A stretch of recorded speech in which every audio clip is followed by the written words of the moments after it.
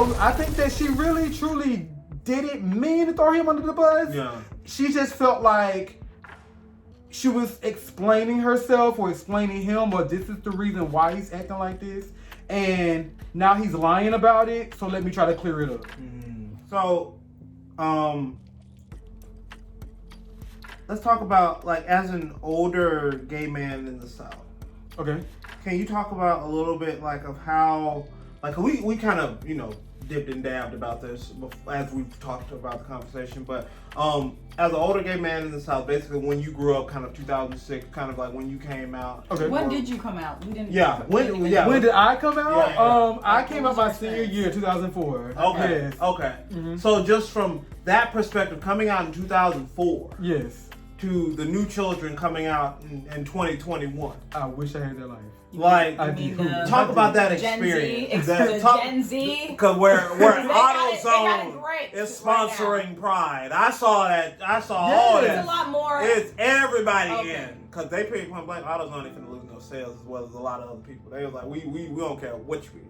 Please come shop. Funny. But please. Because Karens can only take us so far. But tell us about, like, that. Like, just basically, like, from then coming out then to, like, the super advantages of coming out now. Just give us a little bit of a timeline of just, like, how that feels. I mean, it wasn't accepted. It was a lot on the low type of ordeal. Shh, don't tell nobody. And for me, it's like, I wish and that's another reason why I wrote the book, because I was kind of jealous. Yeah. I wish I had a little Nas X growing up. I wish I had a Saucy Santana growing up. I wish, like, I think in that time, Demi Lovato. yes, exactly. Yes. Like, I really wish I had those people I can look at and identify and say, Miley I see Cyrus. myself in them. Yes. Because back then, all we had was Noah. That's it. For me, it's okay. I'll be throwing shade. It's alright. It's okay. It got dark in there, didn't it? You felt that? Go ahead. I'm sorry. For me, all I had was Noah from Noah's Ark, Mm-hmm. and I still didn't even see myself in him. Mm-hmm. So that's it. It was on Logo, I think the network was. Yeah. Every week, yes. That's how I saw myself, even before I knew myself. Mm-hmm. But I still didn't look at him and say, oh, he's just like me. He wasn't like me. Right. So I really just said, okay, with the new generation, they don't understand how easy they got it because the world is more accepting, or they at least pretend to be. True. More than open. Yeah. Because I do feel like the world pretends to be more open than we really are. Absolutely. But back then it was worse. Yes. So this is progress. me showing people this is how it was for this character in that age, where it wasn't accepted. It wasn't, a positive thing. Yeah. People didn't say, "Oh, whatever. You're gay. Who cares?" You know what I'm saying? It wasn't like that. It was a thing back then. Yeah. And just from that perspective, just speaking on that as well, for me, because I'm a little bit older. I'm 29. Like, when I was growing up, and in elementary school, there was a girl that I knew, and I knew from the moment I met her, I was like, she's very different. Yeah. Like, she's very different. I can't put my finger on it. I don't really know, but she's very different. For me, it was weird. For real. I heard that my whole life. Every one of my family members, my friends at that time, they all just said, there's something about you. You're a little weird. Yeah. And it was, because you started hearing that before. Did you feel like you were different before they said that, or when they said that you were kind of like, yeah, I am, but I don't know why? It was both. At first, maybe junior year going into senior year, I didn't know what none of this was. I didn't know who I was. I just knew that I was different from all my peers. I knew I was. Like, but then once I met my first boyfriend and he introduced me to the lifestyle or the gay scene or whatever you want to call it, I truly said, okay, now I see why I'm like this. I knew from my first club, my first being in closed setting with gay boys, that was literally, I looked around and I saw myself in them. Yeah. So that's why I was like, I know who I am. I do. And I learned it like, my senior year,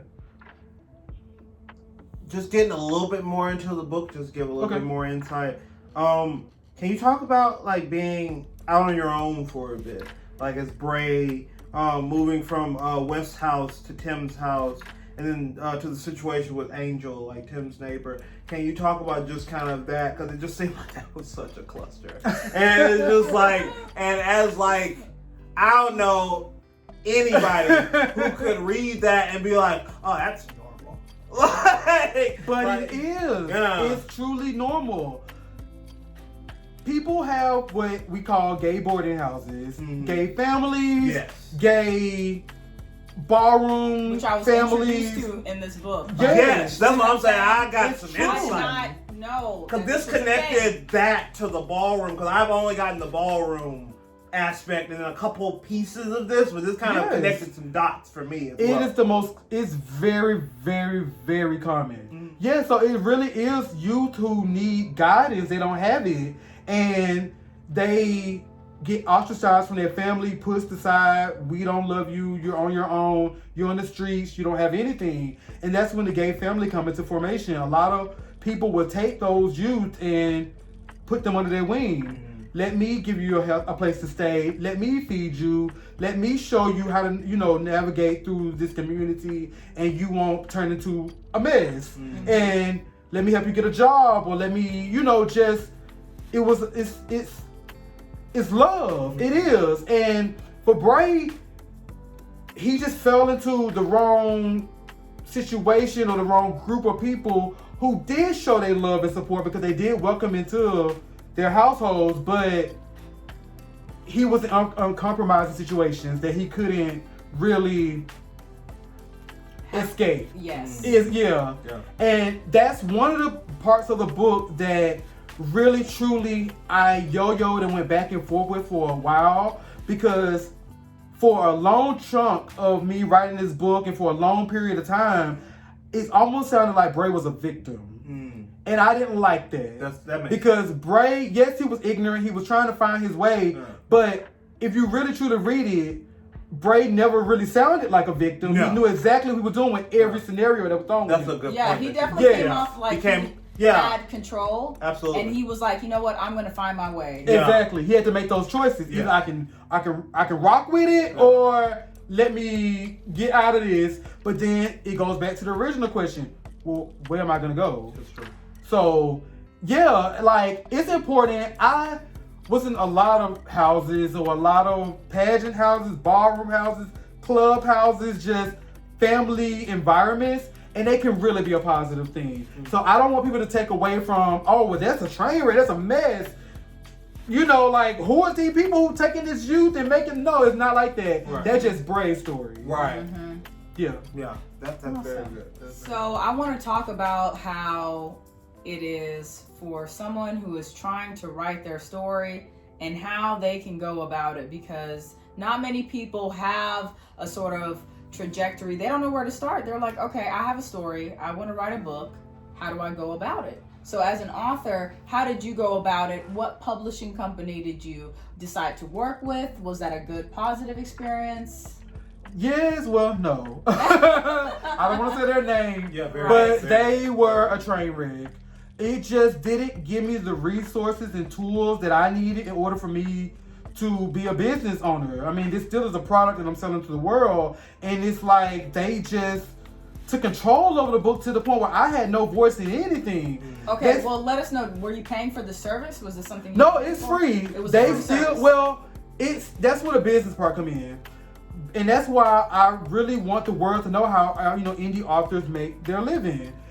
The publishing company will charge you a fee to put this book together. Let's just say $5. Okay. For however page count. And then in order for it to be distributed, they charge another fee. So let's say now we're at $10. So, okay, I wrote the book. I can't walk away with $1 or nothing. So then you have to put your fee. So I try to keep it a 3-way split. So you're making my book, you're distributing my book, I wrote the book. That's how I work my business. But it gets very hicky and it gets very political to the point where a lot of people that I know have doing very well are not making anything from their book. And why is that?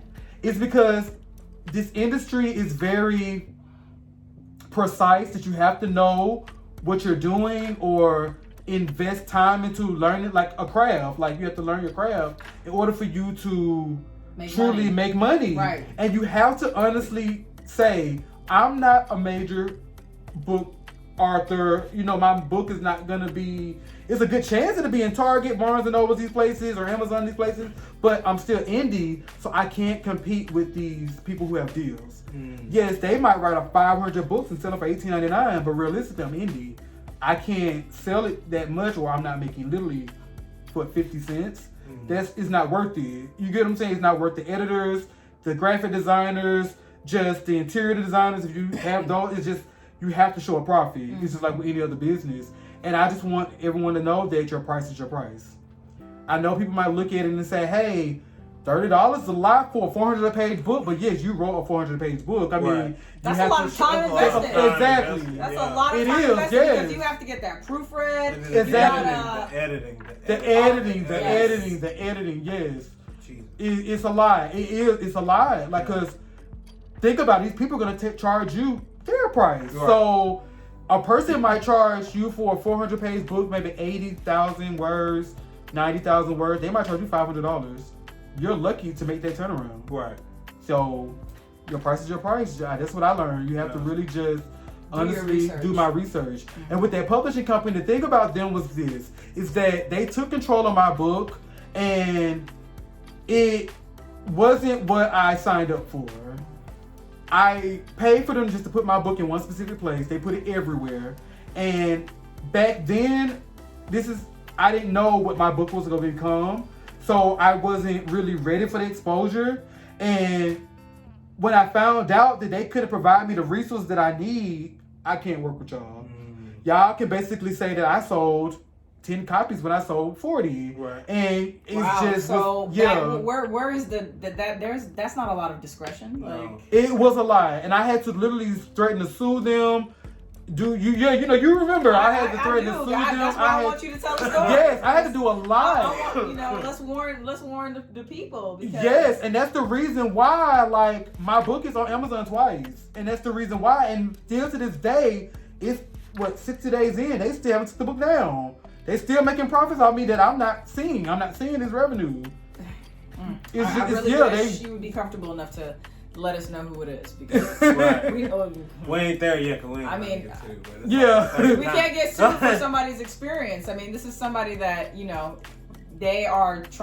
they're using their services, and if they don't like their services, like it's like when you purchase a product off Amazon and you write your review. This is literally it. You cannot get sued for that. But this is his experience. It's my experience, yes. It's his experience. It's not defamation, it's his experience. Yes, and that's why you truly, my takeaway from that is you go with the big indie publishing houses. Go with the big ones. Go with the big ones, which is Ingram Sparks, Barnes and Noble's Press, or even Amazon. Just go with them. It's easier. More like a safer route, and it's less to deal with. Exactly. Better tools. You can see your reports every time someone. Analytics is so important. I mean, if you're selling a product, you want to see how much you're selling. Exactly. And if you don't have that exposure, that it kind of makes it seem like it's like a scheme. Like, I am just now seeing my royalties for the last 2 months, like as of yesterday. Okay. Wow. Yeah. Actually it was the 1st of July. And then you also told me that you didn't get your books on time. You had a had a book signing. I did. And they were supposed to send you X amount of copies, and they didn't send it. I mean, that to me is that's part of the deal. You say it's going to be here, and then it's not, and you have this lined up, like. And it wasn't the fact that I was even being impatient with it. I know the printing and the shipment takes a while, but it was a drastic gap, like weeks. It's like, what's going on? I'm paying for this out of my pocket. Like, it just wasn't a good experience. Right. I'm with Amazon now. I'm launching Fun Size Books, which is my own publishing company. Okay, Fun Size Books. I do like the name too. Oh, thank you. I really do. I like. Thank you so much. Yeah, so now I'm my own boss. That's cool. And learning, also a part of the book publishing world, is that it's the biggest investment that you can possibly, spend your money on is buying your own ISBN numbers. Off the top, you are the owner of that product. And what does that mean? That's the barcode on the back of the book. Mm-hmm. That's the product number. if you own your own, no one, even if you go through these people to distribute or produce or make your book, you are still the owner of that product. And let me tell you how important that is very important. That is very important to know. Very important. Okay, because we hear things like, and I'll just go back to music like you did, like JoJo. She still does not have none of her, she cannot do any. Once she signed that contract, like she cannot make any music and put it out. Like it's Taylor Swift either. Exactly. Yeah, so it's very important to be your own sole proprietor. Okay, guys, like make sure you own that. Yes. Okay. Yes, and it's good and that even goes for being just an indie author, period. Because a lot of people don't know that they say, "Oh, I want this deal," because their book is seen. Mm-hmm. You can go anywhere and see these people books on the shelves, but for me, it's like what they don't tell you is that they sold their book to this publishing company, so they primarily don't have a voice when it comes to 99% of what's going on. Right. From the release date to the cover design to whatever. Which is crazy to me because I'm like, okay, you just sign your rights away because you're like, you know what, I want to take a chance and I want to make money, or I want my story to be heard. And then it's like it's supposed to be a romantic novel, and then they have a cheeseburger on the front of the book. Or they say no, romance is not terrible advertisement. Like, we're gonna put this in the food section, but it's a romantic novel. Yes, and they will tell you this. Oh, romance. This book is good. You. Romance is not selling, so we want you to flip all this and make it into a thriller. Yeah, I know. Yeah, it's how it works. It is. Yeah, and that's something to look going out from for. romance to thriller, I mean, like, you're gonna have like John Wick kissing somebody. Exactly. Like what's happening? Like he shot 12 people before this. Like, that's really good to know. It's really how it is. Yes. Wow. It works for some people, but it's just I knew my story, the story that I wanted to tell, Bray and all this. I knew it wasn't traditional, so I went into this. No, I'm putting this out myself. I like that. That's I very do good. like that, and yeah, congratulations on it. Very cool. Congratulations. Very cool. So just to cap this off, just tell us about some upcoming stuff you have in the works. What's coming next, so the listeners and viewers can be out here like, all right, I bought this one. I want it. Like, what do you have next? What's going on? What's going on I've been next? hearing Driftwood. I don't know where I got that from, but I've been hearing about it. I'm so excited because this is something that I really haven't told anyone, but I'm gonna tell you guys. Hey, exclusive! Oh my God, exclusive! Double standard exclusive! I put Southbound out the way it is because I was scared. I didn't know how people was gonna react to it. I didn't know people love it, like they really love it, and I was shocked that I didn't really. I guess I got scared. I chickened out. So I put the first act of Driftwood. That's what turned into Southbound. Cut up. Drift, We with drift, it. We with drift, it. driftwood, drift, hey. And you know what? I just want to talk about how you had Southbound come out like a month or 2 months ago. Yes. And now you have Driftwood coming out. Yes, because like I said, like Driftwood was honestly okay. Southbound was Driftwood. It was a big 300, 400 page book. Put my all this. That's what I wrote the entire pandemic. But I chickened out. So I said, I want to see. Let me just put the first act out, a little novella, and let me see how people respond to it, to see if I'm even moving in the right direction. Yes. And honestly, it's a series now. It's a duology. Yes, it is. That makes sense. Okay. Yeah, so you got the novella, then you got the novel. Okay. Yeah, that like makes sense. Now, give us a little sneak preview about Driftwood. You don't have to tell us all the details because y'all gonna have to purchase it. You gotta buy the book. It out. You have the wrong person in front of you. I love spoilers. I would tell you. No, you want the double standard. No, they gotta work for this. You gonna buy the book. They gotta work for this. We gonna buy it. No. Let us we know. can get all the spoilers right here for free, but we gonna buy the book. That's right. Give us a little taste. Then we gonna bring him back for the next book review. Right. Okay, so Southbound is the coming out story of Ray. Driftwood is him coming of age, living, navigating through the gay lifestyle, him truly coming into his own, figuring out who he's gonna be, and he meets Spencer, who shakes his world upside down. Spencer Comes into his life, and he compromises every value, every moral, everything he stands for as a human being. Spencer challenges him. Ready to read. I know, right? Oh my God. Spencer wasn't in the first one. He wasn't. He was not. He wasn't in there. I was thinking about it. Where was he? What was he? Oh, see, Brian kind of gave him, A little taste. Because Brian is so serious. Yeah, but Spencer, oh my God. He just boop, like that. So Brian Kitty Poo, Spencer Olympic. I think that Brian started with Spencer switch that thing when it comes to